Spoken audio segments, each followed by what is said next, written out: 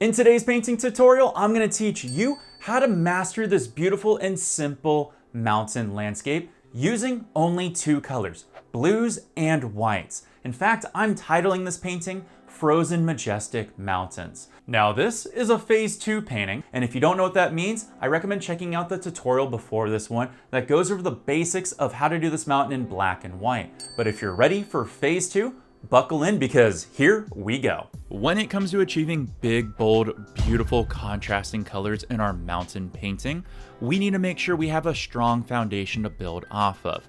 To achieve this, we need to do some extra prep steps to our canvas.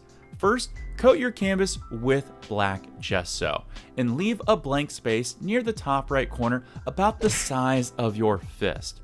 From here, you can put white gesso in that blank spot and start to pull it out onto the black gesso. You'll notice here how you can see a defined line between my white and black. I only did this so you could see at home exactly what I'm doing. When you do this step, start to mix the colors a little bit together so it goes from white to gray to black. Now you can apply a little bit of liquid white in that blank white space and pull the liquid white out into the black gesso.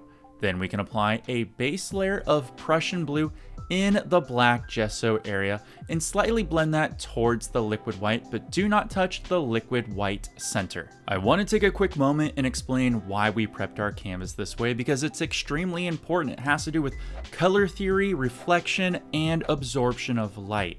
We're looking for strong contrasting colors, and by having a dissipation between white gesso, gray gesso to black gesso, different colors that we put on top of that will reflect and absorb light differently. The white will reflect more back, creating a strong specular highlight, and the black will absorb more, leading to dark, rich, contrasty, shadowy colors, which is what we want. So when we apply paint and build our environment on top of this, we're gonna get some really cool effects to happen. All right, let's paint, and we're gonna start with clouds. Load up your fan brush with pure titanium white paint. You can be a little heavy here. And start to pull your cloud in from the center of that white out to the right hand side and keep that paintbrush constantly moving. I recommend add a little bit of extra paint on the crowns, aka the outside edge, for awesome contrasting effects later on. Once you put in the right side of your cloud, take your paintbrush and wipe off the contaminated blue paint that's on there, reload with pure titanium white, and work on the left side of the cloud. Again, we're only worried about the outside edge. I recommend, since we're gonna have a contrasting painting here, make it a little moody by being a little more aggressive and random with that paintbrush to get some really cool flares and crowns going on within your cloud. Now let's dissipate the bottom of our cloud to make it look more natural. Let's start with where our white center is and work out to the colored section. Using a 1-inch brush for control, tilt the handle up so you only use the top bristles and do soft, small circles just to start.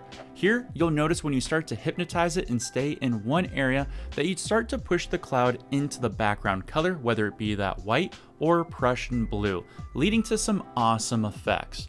Once you've done the whole white section, move over to your blue sections on the left and right side of your cloud. The only rule here when hypnotizing is do not touch the outline top of your cloud. Now you can stay here as long as you like to make the cloud as smooth or as detailed as you want. My personal advice for anyone out there that's just starting is start with soft, small circles. That way you have some detail. Then take a little break and step about 3 to 6 or 9 feet away from your painting so you have a new perspective on what details you want to see. I think you'll notice that it may have slightly too many details, so go back and start pushing a little bit harder. Now, I'm a 1-2 punch paintbrush kind of painter. What do I mean by that? Well, my 1-inch brush is my quick jab where it allows me to have more control and move all the paint around that I want to do so I have a better visual template to build off of. Then I like to switch over to my 2-inch brush, which is my power punch. It has a lot more bristles and it allows me to move more paint and wrap it around and blend it into sections that I want. When I use my 2-inch brush, I still tilt the handle up, exposing only the top bristles, but then as I get more comfortable and as I move around more paint, I start to slowly lower the handle, exposing more bristles to the canvas, allowing me to move more paint in the direction that I want, or dissipate it or blend it in sections that I want to do so in. When doing the small circular strokes on the bottom of your cloud with a 1 or 2-inch brush, remember, don't let it get too far away from you. We want to keep the color concentrated near the bright spot so we have that strong contrasting blue and black on the outside. So be mindful of where you pull color. One thing I personally love to do is add more body to my cloud by laying my 2-inch brush almost flat so only the outside bristles will touch the canvas. And I like to go across the canvas at an angle through the entirety of my cloud, from the top of my crown all the way down through the body and beyond. If I get any white blobs on my paintbrush, by the way, you will, just wipe them off on a spare blue shop towel to dissipate the color out, and go back to your canvas and lightly continue your journey across from left to right. And when you get to the opposite side, flip the brush over and work yourself back from right to left. You'll notice that you'll slowly start to pull paint from the top of the crown into the body of your cloud, really creating this easy to do full volume shape of different opacities and transparencies, and heck, why not semi-transparencies too. It makes your cloud look like it's naturally got this beautiful form and shape in it. Now, if you pulled any white paint down below your cloud that led to white spots, streaks, or brush marks that you just don't want, hey, it's okay to fix. In fact, I make this mistake all the time. Take a 1-inch brush, lightly hypnotize it out, and then fluff it right in with a 2-inch brush, and it'll disappear like it was nothing. If you got any paint above your cloud that you don't want, don't sweat it. We're gonna correct that at the end. Time to add some motion and wind into our clouds. I like to use a feathering brush J motion stroke that I actually practice a few times to get the muscle memory before I even approach the canvas. When I feel confident and ready, I slowly touch the canvas with that J brush stroke and always feather from the bottom off to the top, and yes, I go all the way through the cloud. You want to have an extremely light touch here, and you can do this as many times as you want. If you get any blobs of white paint on your paintbrush, you can wipe them off on a blue shop towel, because a dry, cleanish paintbrush here is way better than a wet one. Now, if you accidentally pulled any white paint down below your cloud from giving it a lift with wind kisses, hey, that's easy to correct, and I've shown you how to do it before. Just take a 1 or a 2-inch brush, lightly hypnotize it, and blend it out, and you will see it dissipate into nothing. Now we just have to clean up our messy paint strokes.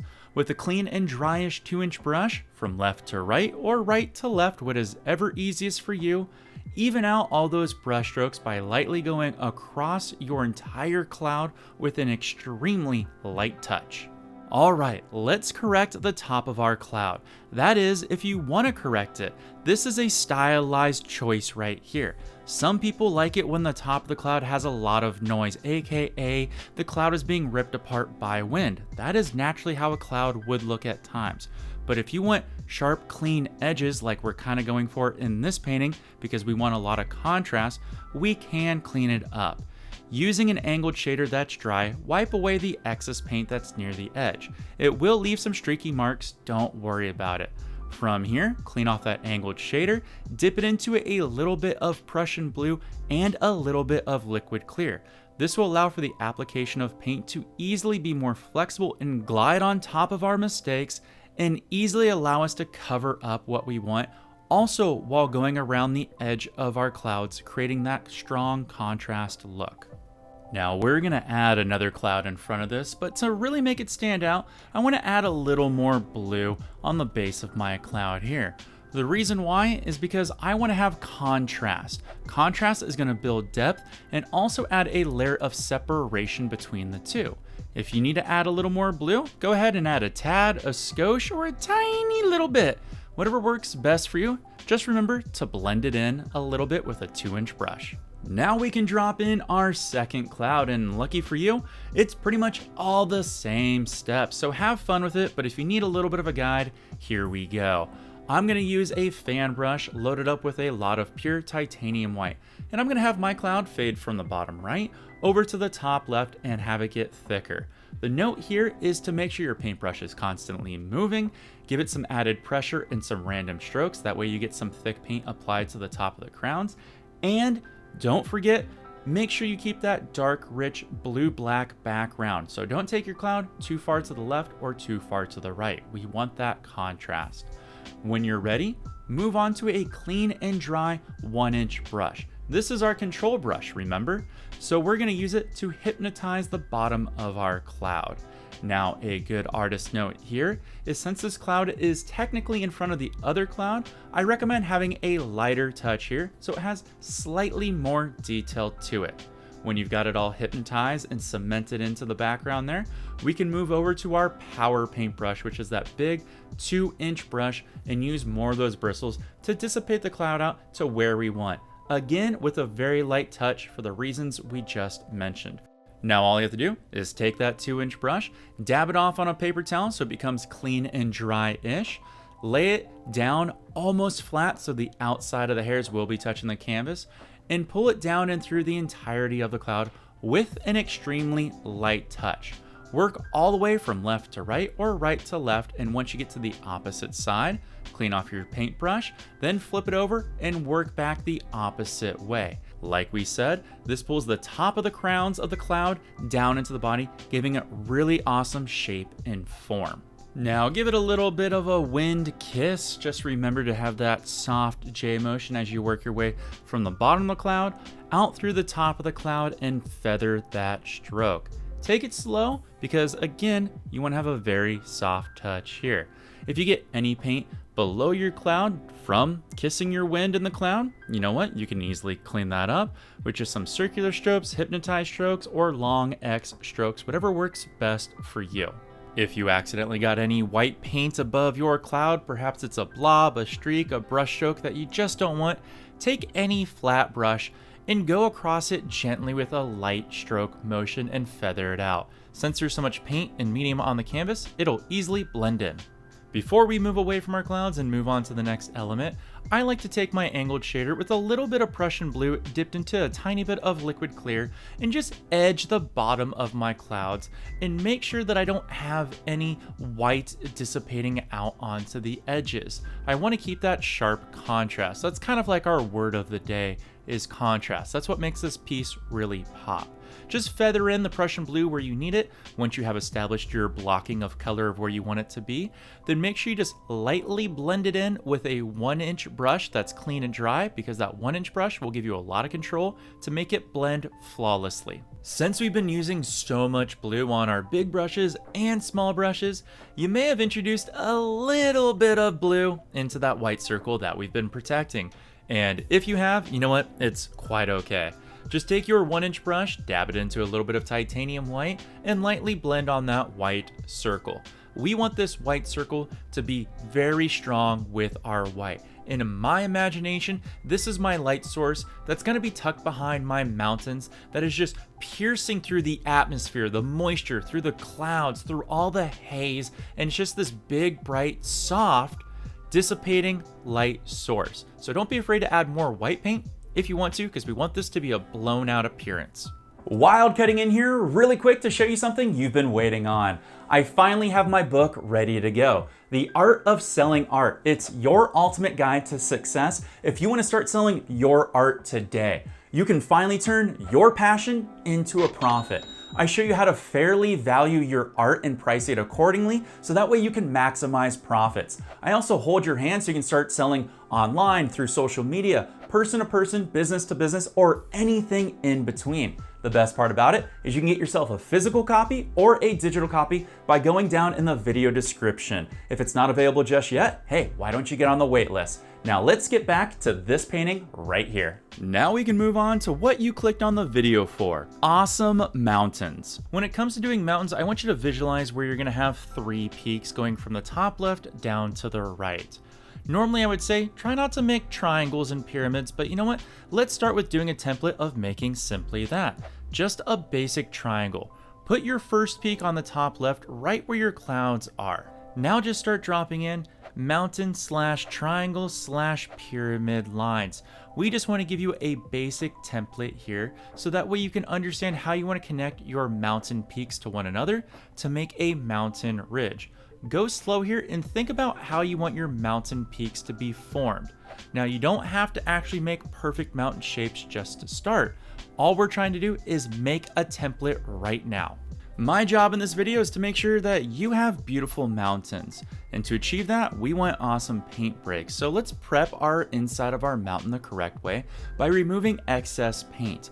Just take your palette knife and scrape off just below your outline template all the loose paint that's on the inside of the mountain.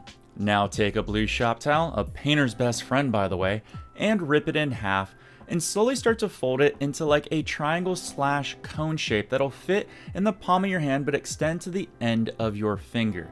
This will allow you to rub off the remaining excess paint right below the peak of your mountain, but also give you a detailed edge of your mountain outline without interfering with it. Take your time here, but you do need to rub with enough force to expose the undercoating and the toothing of the canvas, which is going to help us create paint breaks in just a moment. Now take your angled shader with a little bit of Prussian blue, and we can start to follow our mountain template line. However, we don't want to follow it exactly to what we laid out. We are going to transform our triangle structure into an actual mountain structure. So here you get to add a few little wiggles, add a couple of cuts, add a little different motion. We don't want straight lines, so feel free to break it up. Adding those little motions in there will really give your mountain a more natural look. You'll even see sometimes that I wiggle my brush or bristles or take some really broad strokes to add some different bumps and angles in there. If I zoom in, you will start to see a more natural shape that separates itself from the basic triangle pyramid structure into an actual realistic looking mountain. Now with that angled shader, start to slowly pull that paint from your outline edges down into the body. You don't have to be exact when you pull down. In fact, actually be a little loose and free here. So that way you actually start to see how your highlight and shadow side will start to form. But take your time here. We don't want to go outside our edge of our mountain because we do want that clean and crisp outline. Now let's fill out the form of our mountain, but still keep that clean, crisp edge. Take your 1-inch brush that's clean and dry-ish and wiggle it up towards the edge and pull down in the direction and shape that you want your mountain to flow. Take your time here and put a little bit of force into your brush strokes as you pull that paint down and across. Since we wiped away a lot of that undercoat, there still will be residual paint and clear or liquid white medium there, so your paint will flow naturally, and you want the sound of a light sandpaper sound. If you have that sound, that means you're set up perfectly for when we move on to paint breaks. If you don't get a sound at all like a soft sandpaper or a fine grit sandpaper, that means that you have too much paint on your canvas and on your mountains, which I would recommend take away some with a blue shop towel, or go over it a few times with a clean and very dry 1 and 2-inch brush. That sandpaper sound should sound exactly like this.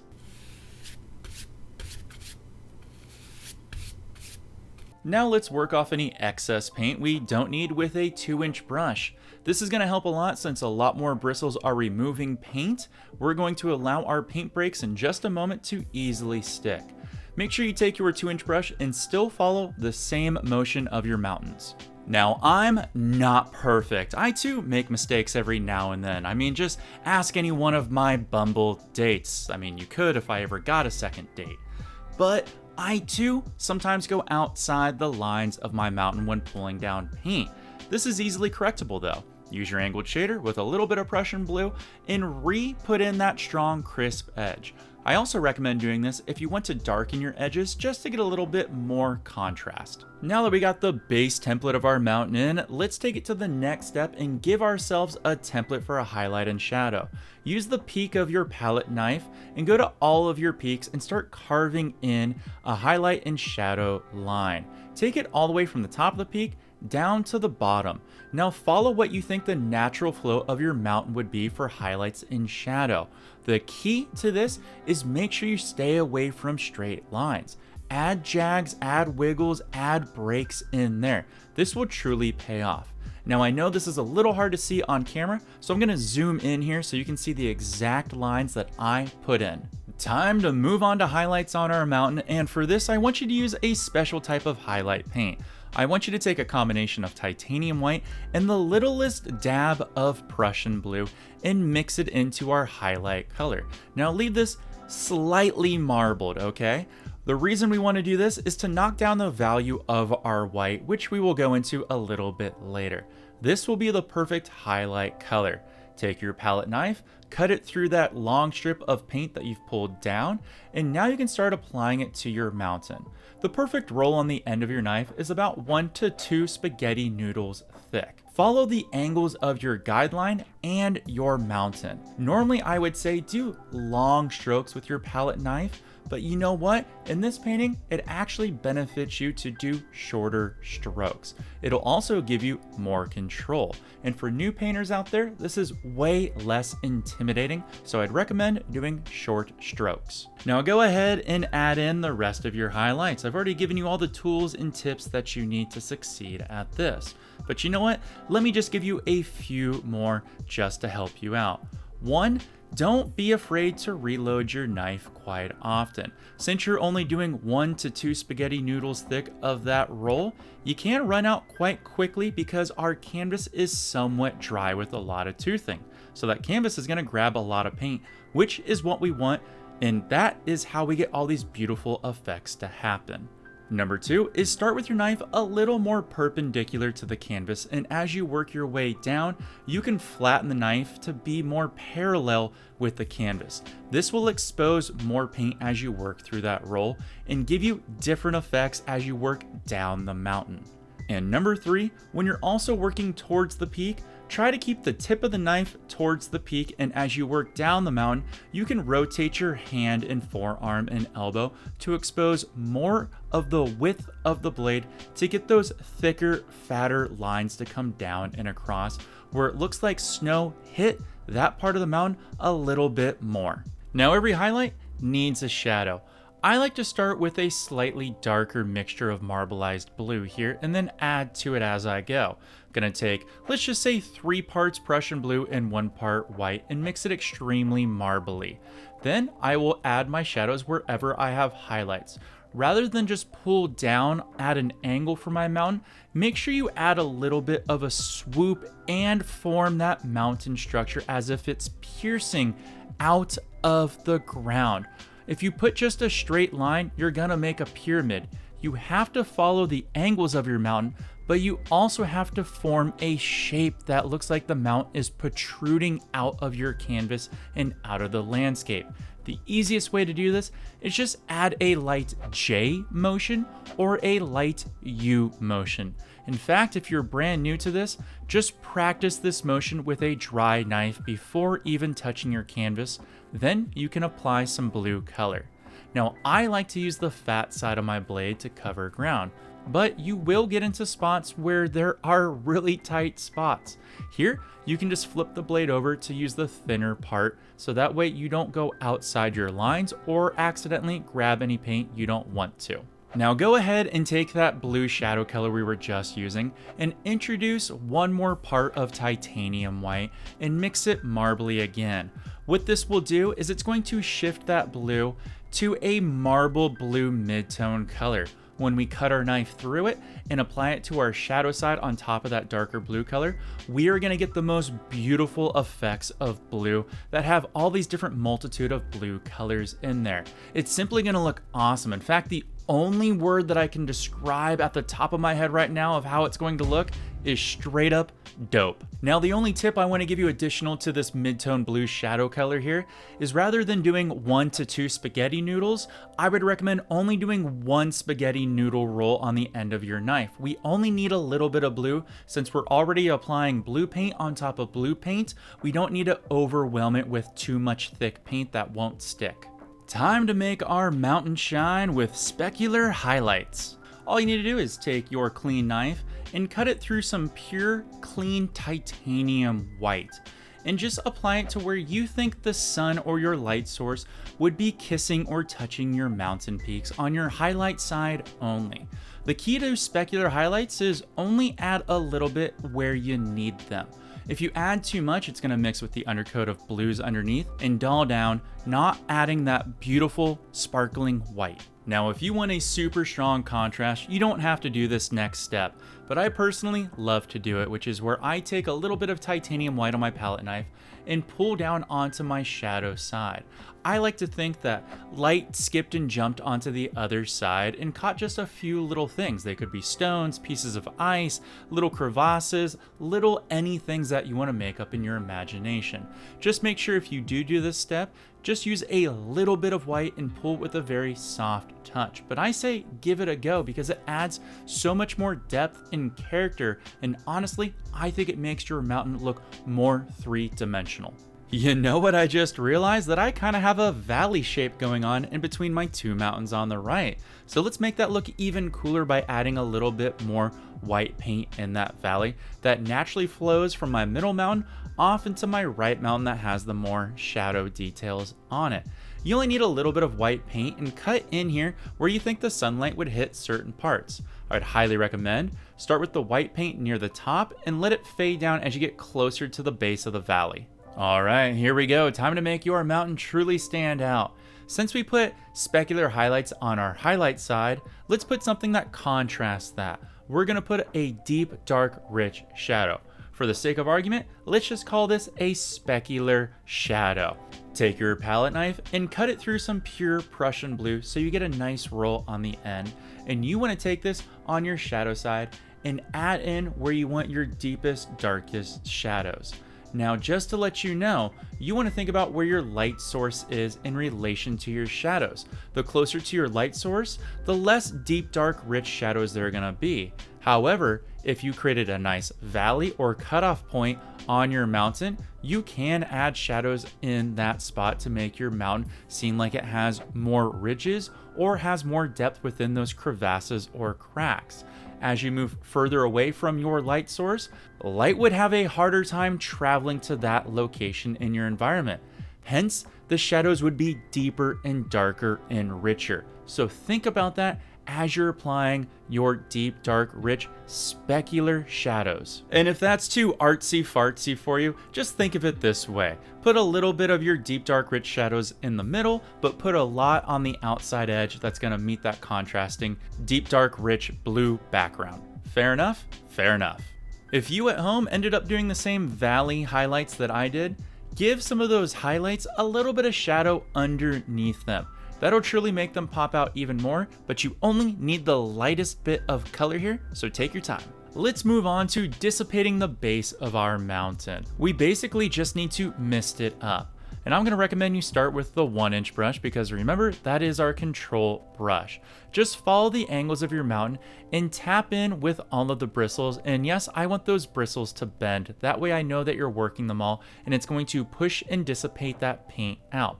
Now, if you want to follow up the lines of your mountain, you will be pushing back certain sections, which I recommend you experiment with because that again will give your mountain more three-dimensional shape and more character. Now lightly fluff up and feather up your mountain. Follow your mountain shape and structure. Doing this will eliminate the bottom details at the base of our mountain, which we don't want. We want our focal point to be right in the middle and near the top of our peak where our strongest contrast is, plus all that beautiful thick texture. With a clean and dry 2-inch brush, we can clean up a lot of our messy marks at the base of our mountain. We can also move more paint around if we need to. I like to do a combination of both, but I also like to make sure I remove any excess paint.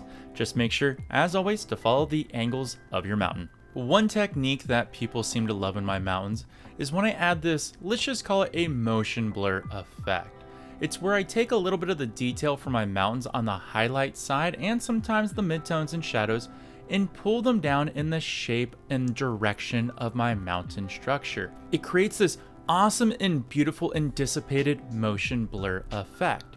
You only need to use a little bit of your 1-inch brush bristles to pull, and as you pull down in the direction of your mountain, push a little harder as you feather down and out to create these beautiful dissipated drag lines. You'll notice that when you pull them into the void of the deep, dark, rich Prussian blue and black, that they just fade naturally into it. Almost like the void and the darkness and shadows just were so strong that they engulfed all the remaining light that was on the mountain. Yeah, I know that was deep and eloquent, and I'm even surprised I nailed that in one take. Since we've moved around so much paint, we may have introduced some white paint down into our deep, dark, rich Prussian blue, or even that black. And so, you know what? Let's just make this easier for us and correct it by removing any unwanted paint. Take your shop towel, wad it up into a nice little ball, and wipe away any paint you don't want on the base of your mountain. One thing that I love to teach brand new painters is make sure you take a break every now and then.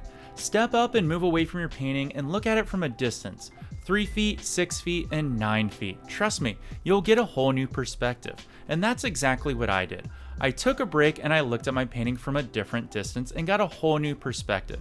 And if I'm gonna be honest with you, I took a moment to check out my Bumble. Still, no matches. Wah wah. But when I came back to my painting, I saw something that I wanted to add, and that was more of that motion blur effect with highlights leading off and dissipating into the shadow sides.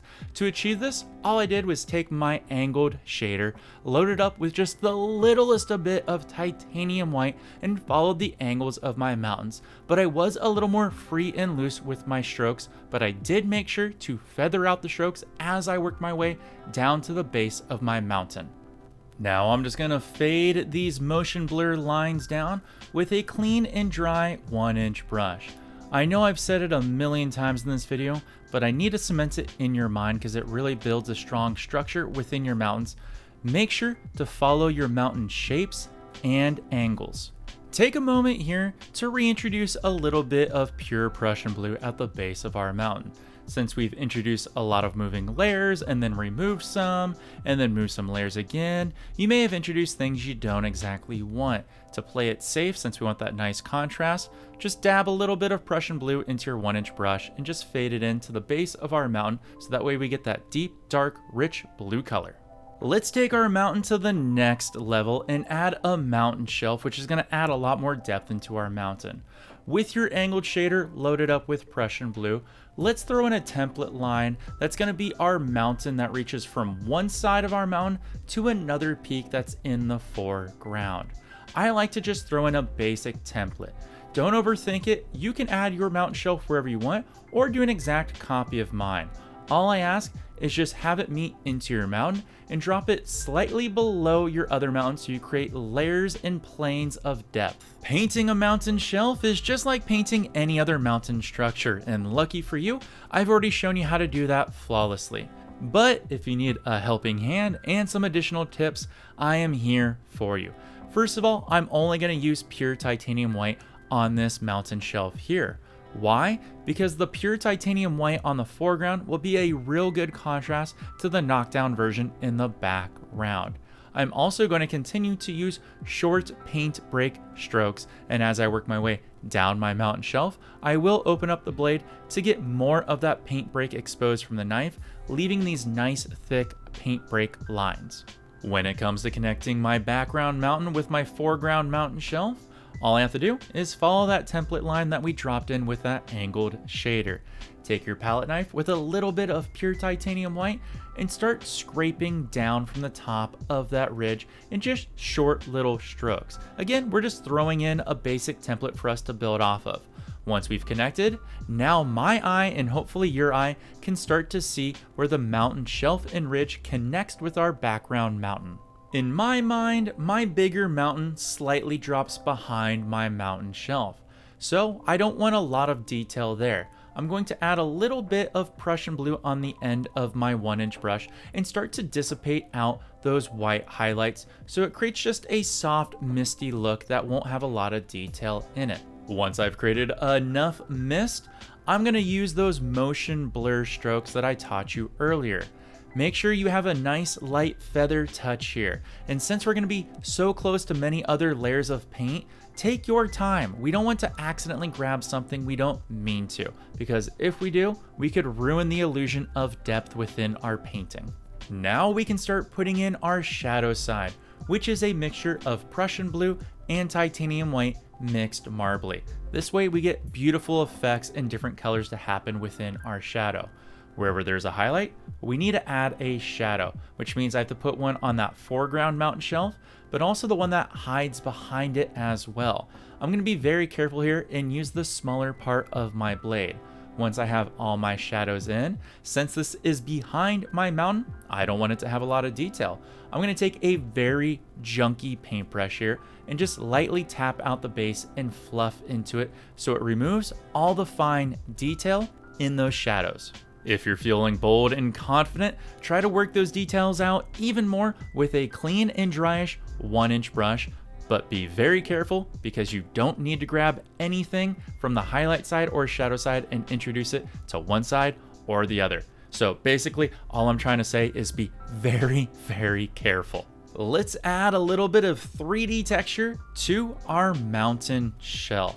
And to do that, we're gonna do what I love most, is add a little bit of white highlight on the shadow side of our mountain shelf. It's gonna look like light skipped and jumped onto the other side, making that mountain have that three-dimensional shape that I want you to have so much. You only need a little bit of paint, so take your time here and allow the paint to break to make some awesome effects happen within those shadow colors. And yes, I want you to add this highlight on top of where our mountains are connecting. Remember, that light source is coming right down through that valley center, so it would touch and kiss all these little parts here. So have fun and think about where that light would touch right on that ridge. With a palette knife loaded up with a lot of Prussian blue, we can start to put in our specular shadows, aka our deep, dark, rich shadows. Think about how the light hasn't cascaded all the way down on certain parts of the shadow and put in nice, deep, dark, rich colors. You can be a little heavy-handed here. Trust me, that texture is gonna pay dividends later on when that painting dries. It's gonna look like it's just popping off the canvas. Now, like I always say, think about where the light is not touching when it comes to shadows. This will help you keep the natural look throughout the entire mountain landscape. Now, don't forget about our mountain connecting shelf there. That's also gonna need a little bit of shadow work in it along with the peak. Take some of that Prussian blue and add in some shadow breaks right underneath those highlights that you did earlier. This will add a lot of depth to that foreground mountain peak. Take your 1-inch brush that has an even distribution of Prussian blue in it and start to pull down the highlight side into the void of the deep, dark, rich Prussian blue. Essentially, we're doing those motion blur lines that I taught you earlier. However, take your time here. Since we're near the bottom of the canvas, we don't want to hit any of the under railing frame of that top canvas. So go slow, but make sure to feather out your strokes, but don't take your strokes so far that they hit the edge or the bottom of your canvas. Remember, we want that contrast. At this point here, you can clean up, fix, and refine your painting in any way that you want. Perhaps you got a little too much titanium white into your Prussian blue. You can easily fix that by introducing more Prussian blue and blend it out. Or maybe you want to add a few more specular highlights to your mountain to really make it stand out, or add more thick texture. Or maybe you just want to introduce more blue to make more of a vignette on the bottom of your mountain. You can do whatever cleanup you want here, but you are pretty much all done with your mountain from this point onward. So let's take a look at the final result.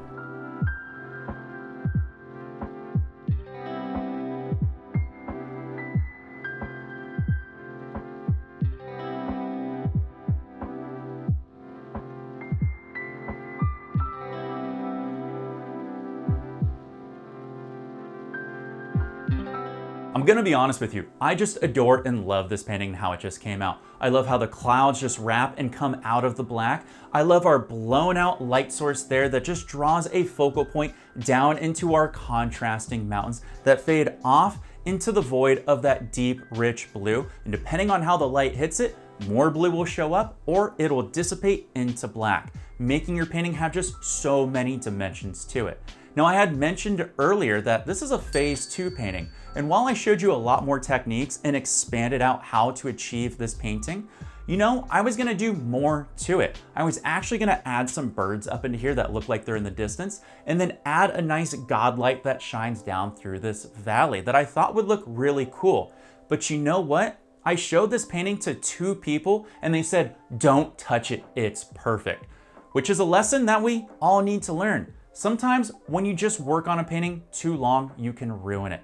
I actually took a day away from this and I love how the painting is, and I'm not gonna touch it. But you know what? I still wanna show you that technique of how to maybe make this mountain even better or more. So you know what? Maybe we do a phase 3 painting. Give me a color that you would like to see, or any type of way you would like me to lay out this mountain, or other things you would like me to add to this painting.